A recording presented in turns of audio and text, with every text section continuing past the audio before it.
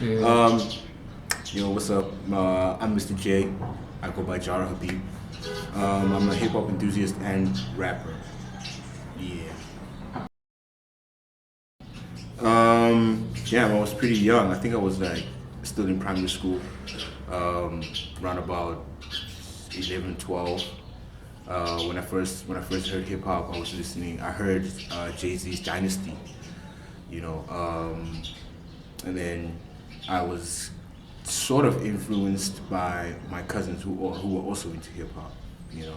Mm.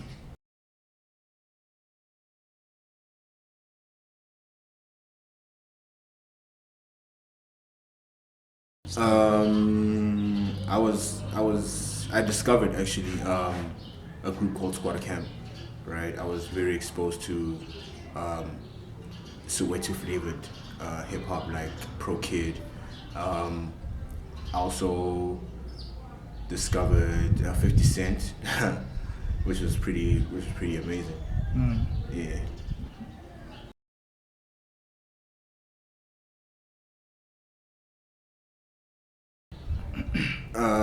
It's it influenced me in a way that I can look um, in different ways. Like I can express myself actually in different ways. You know what I mean? Like when I first heard Nas, it was transcendent for me because I wrote poetry, and so I couldn't like find a way to express my poems into like rap over a beat, you know, until I discovered Nas. So Nas, he plugged me actually, or he showed me a way to like maneuver my poetry into um, rap music.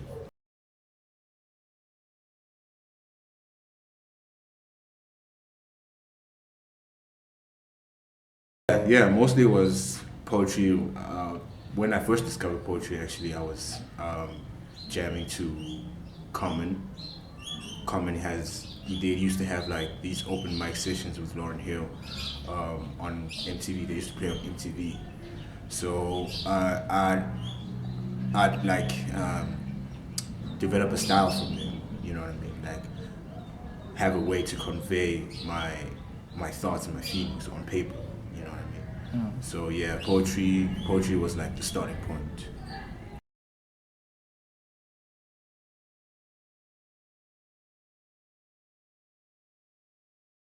Um, it'd have to be Dynasty because it kind of introduced me into hip hop. Um, Ready to Die by Biggie. Um, the very first album Squatter Camp took out was 2002, between 2002 and 2005. That album that came out between those 2 years. Um, what else? Uh, yeah, yeah, I think that's it.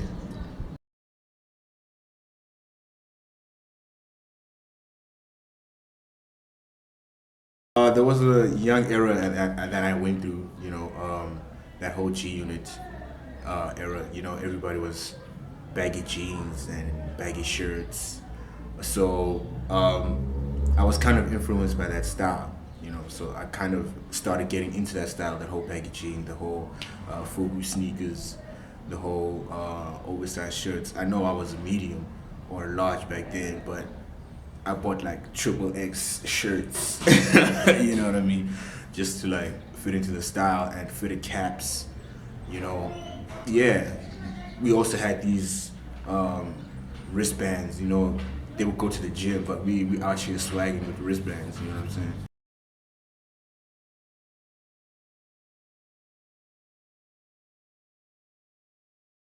The most memorable hip hop event that I attended was the Double Cup that was held in 20 was it 2018? Yeah, 2018. And my most memorable though was when Proverb Red Button pulled up to the FSVP back in 2010. Was it 2010? Yeah, back in 2010, and they were chilling like in the general area. with everybody, you know what I mean? So we got to chill with Pro Kid and Red Button at that time. So it was really, really memorable for me. Okay.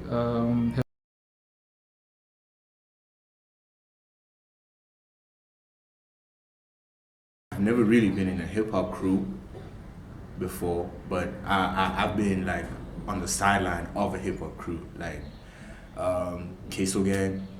Yeah, we used to hang a lot with Queso Gang and Mad Science's Lab to Live, you know. So I've never really been a part of a hip hop gang directly, but I was always around hip hop gangs.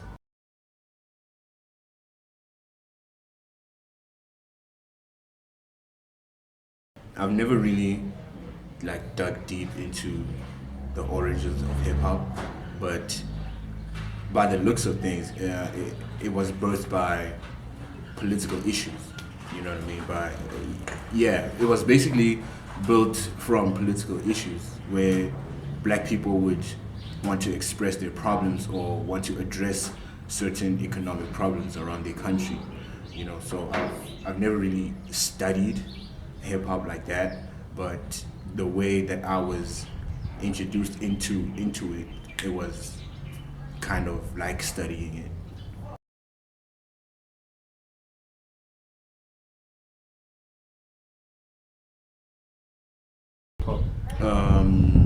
All Eyes on Me. It's a biography film about Tupac and how he came up in the rap game and how he battled, you know, or how he struggled to survive within America at that time. You know, being influenced by his mother, who was one of the leaders of the Black Panthers.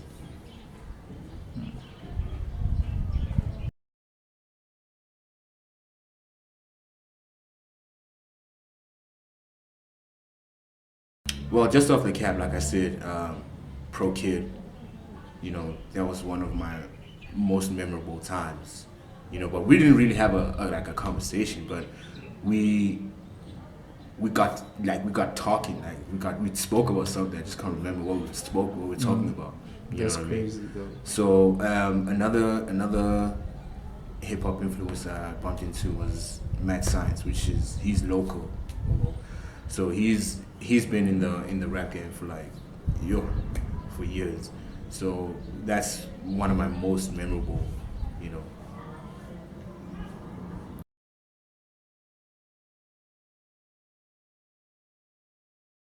Yeah, yeah. I used to buy. I bought a Nas album on tape one time, on cassette one time, and then we used to have like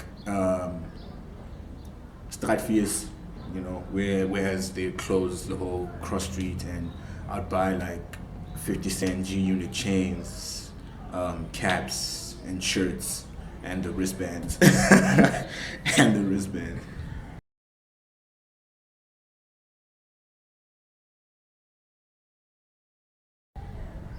I feel like when AKA went to pop music and left hip hop, you know, it kind of had a shift in the whole industry, you know, because he was the biggest influencer in hip hop that we had at the time. You know what I mean? He made history the way he came up. You know, I feel like when I discovered AKA, he was he wasn't that popular. You know what I mean? And when I would talk about him, it was that whole thing. It's like, who is this AKA person? You know, until they they heard his hit single, Victory Lap. And then, but before Victory Lap, I discovered um, AKA from this group behind Kanake. Why am I forgetting this crew? Yeah, but I discovered Entity. him. Yeah, I discovered him from that hip hop crew. And then as his career shifted, he got famous. He got all that things that he deserved.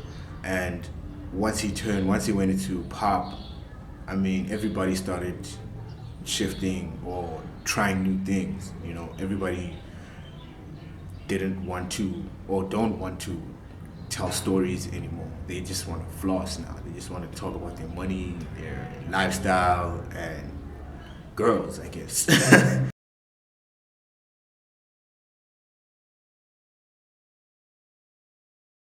My favorite is the crip walk. Yeah, that's my favorite. That's my favorite dance move ever. Is the crip walk and the Harlem Shake. Yeah. Crip walk and Harlem Shake.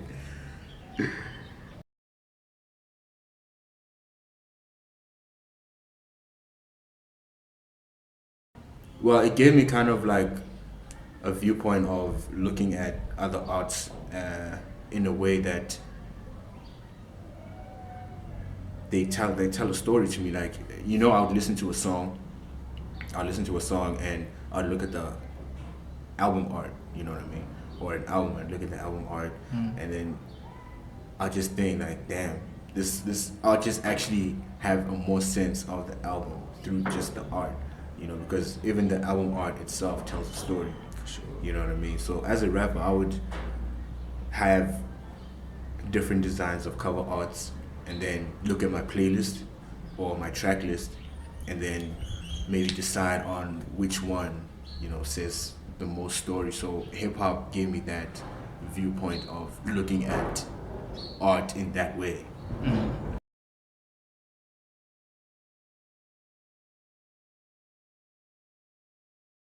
Jay-Z's Kingdom Come.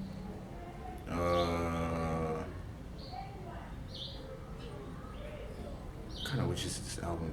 It's an album by Currency, but I just can't remember it. And the Squatter Camp album arts are pretty dope because there were a lot of traditional things, a lot of traditional elements in it. Groups, damn, I wish Fuego Santana and Moscow stayed together as a duo because they were making waves. They were making dope waves. That was a dope combination. Um, I feel like also Moscow deserves more recognition because of his talents. You know what I mean? And Villa Delamo, JOT, the X Gang. Jeez, man, there's a lot of talents out here. Like even God of 420, as a DJ himself, he should get that type of recognition that DJ Pooh used to get, or DJ Premier. But locally, yeah, those people deserve like more recognition. Not really, because career-wise, I wasn't looking at hip hop as a career. I looked at it as something that I loved. You know, it's something that I was brought into to like escape. You know what I mean? So I didn't look at it as like a 9 to 5 or something I would want to make money out of. Well, I feel like it it it, it, it affected it in a good way and a bad way, because in a good way, artists get to know, or artists get to be exposed to a whole different spectrum. You know what I mean? A bigger scale of fans and uh, uh, um, more countries. You know what I mean? But negatively, it affected them in a way that they can't express um, their their true feelings. You know what I mean? Which I feel like hip hop was made that way. It was meant to be that way. Like you were there giving a beat, you were giving a beat, and then just express yourself. Tell a story or tell something. Tell something that's happening in your economy, in your region, or whatever. You like I said, Mad Science played a really big role when it came to um, walking into the industry. I got see. So um, I discovered a lot of things through him. So yeah, he was basically the stepping stone. Um, Vegas Santana and Moscow. and then Insomniac. Yeah, Insomniac and Goofy. Yeah. It's, it's evolved in a way that people are afraid to channel their own like style, you know. I feel like people are hopping onto the same style just so they can get somewhere or be recognized by someone, you know, whereas rap music rap music actually we discover you through your authenticity. Yeah. I feel you.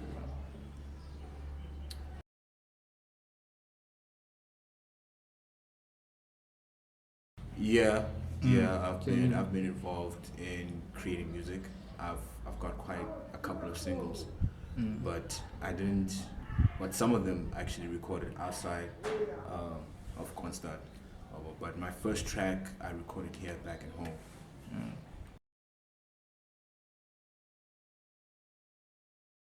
Some of my favorite tracks from local artists. Um, Damn, I'd have to say Cadet Soda and which track? Is it 3 a.m. in West Park? Yeah, that's a classic track right there. Yeah.